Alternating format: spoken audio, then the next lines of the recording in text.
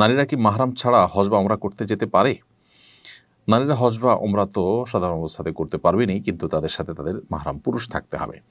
কেন মাহরাম পুরুষ থাকতে হবে? কারণ হজ বা ওমরা এটা সফর করে আদায় করতে হয়। যদি কেউ মক্কাতে থাকেন, এমন অবস্থায় থাকেন যেখানে আসলে সফর কোনো দূরত্ব না, তিনি যদি মাহরাম ছাড়াও হজ করে ফেলতে পারেন, তার হজ জায়েজ আছে।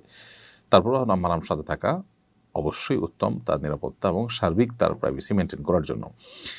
আর সফর করে যেহেতু আমাদের বেশিরভাগ মানুষকে হজ করতে ওমরা করতে যেতে হয়, তো সফরের ক্ষেত্রে শরিয়ার কমন নির্দেশনা রয়েছে। নবী সাল্লাল্লাহু আলাইহি ওয়াসাল্লাম বলেছেন, লা তুসাফিরুল মারআতু ইল্লা মা'a জি মাহরামিন, কোনো নারী মাহরাম ছাড়া সফর করতে পারবে না।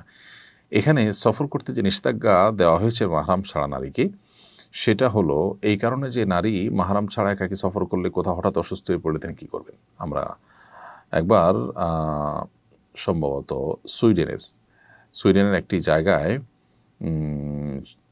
একটা ভালো বড় লেক আছে, যে লেকটা বেশ পুরাতন, বোধহয় রেইনফল বলা হয়। এই লেকের ওখানে দেখেছি এক বাংলাদেশি দম্পতি, তারা গিয়েছেন ঘুরতে।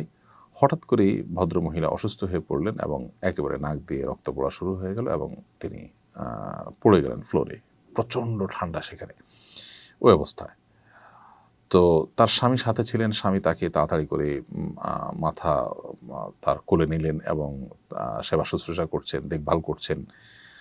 এই যে কাজটা, যতক্ষণ পর্যন্ত অ্যাম্বুলেন্স না আসছে, চিকিৎসাকর্মীরা না আসছে, ততক্ষণ পর্যন্ত তাকে যে সেবাটা দেওয়া, এটা এই ভদ্র মহিলার সাথে তার যদি মাহরাম পুরুষটা না থাকতেন সেখানে, ওইটা এমন একটা জায়গা যে আমরা কয়েকজন পুরুষ লোক যারা সেখানে গেছি, একটু আমরা দেরিতে গেছিলাম, যার কারণে সন্ধ্যার পরে ছিল সময়টা এবং মানুষজন ছিল না, আমরা ছাড়া সেখানে আর কেউই ছিল না। এই ভদ্র মহিলা যদি একাকী থাকতেন কিংবা অন্য নারীর সাথে থাকতেন, তাহলে অনেক কাজই তার জন্য জটিল হতো। তো এই জন্য আসলে মাহরাম পুরুষ সাথে থাকার কথা বলে, এটা মানে নিরাপত্তার জন্য শুধুমাত্র। এই জন্য হজ এবং ওমরা মাহরাম পুরুষ সাথে নিয়ে তাকে করতে হবে। যদি মাহরাম পুরুষ যাওয়ার মতো না থাকে, তার উপর হজ ওমরা করা আবশ্যকই হবে না। আর যদি মাহরাম পুরুষ ছাড়া কেউ হজ ওমরা করে ফেলেন, আদায় হয়ে যাবে, কিন্তু গুনাহগার হবেন। সত্য জানতে চাওয়ার পরও কোনো মেয়ে মিথ্যা বলে নিজের অতীত হারাম রিলেশনের কথা গোপন করতে পারবে কি না?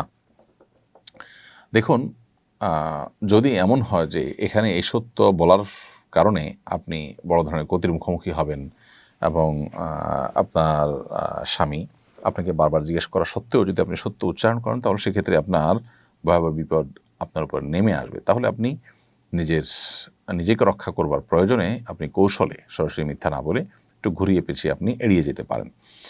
আর যদি ব্যাপারটা এরকম হয় যে না, আপনি আসলে সেরকম কোনো ভয়ের আশঙ্কা করছেন না, অথবা করলেও সেটা ওভারকাম করবেন, আপনার প্রতি সে তাওয়াক্কুল আছে, ভরসা আছে, নিজের প্রতি সেই কনফিডেন্স আছে, তাহলে সেক্ষেত্রে আপনি সত্য বলাটাই উচিত।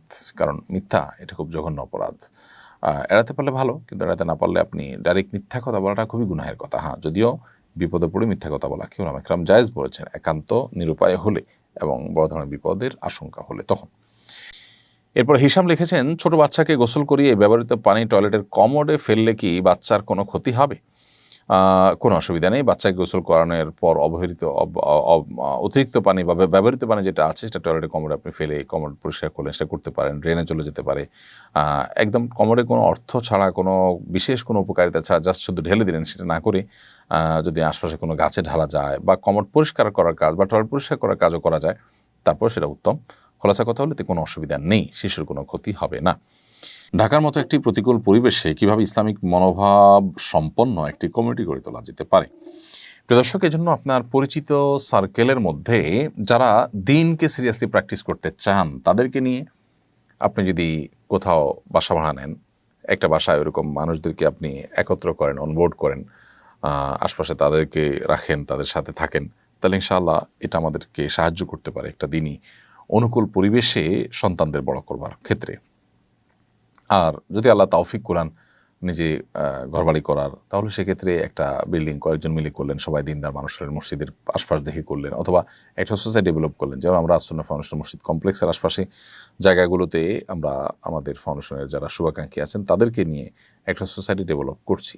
এই টাইপের কাজ যে কোনো জায়গাতে আপনি আপনার উদ্যোগে আপনার সামর্থ্য অনুযায়ী আপনি করতে পারেন। গ্রামে হতে পারে, শহর হতে পারে, ভাড়াটিয়া হয়ে হতে পারে, বাড়িয়ালা হয়ে হতে পারে। এর পাশাপাশি একটা উদ্যোগ আমরা নিচ্ছি, সেটা হলো আসুন্নাহ ফাউন্ডেশনের একটা বড় শেড তৈরি হচ্ছে।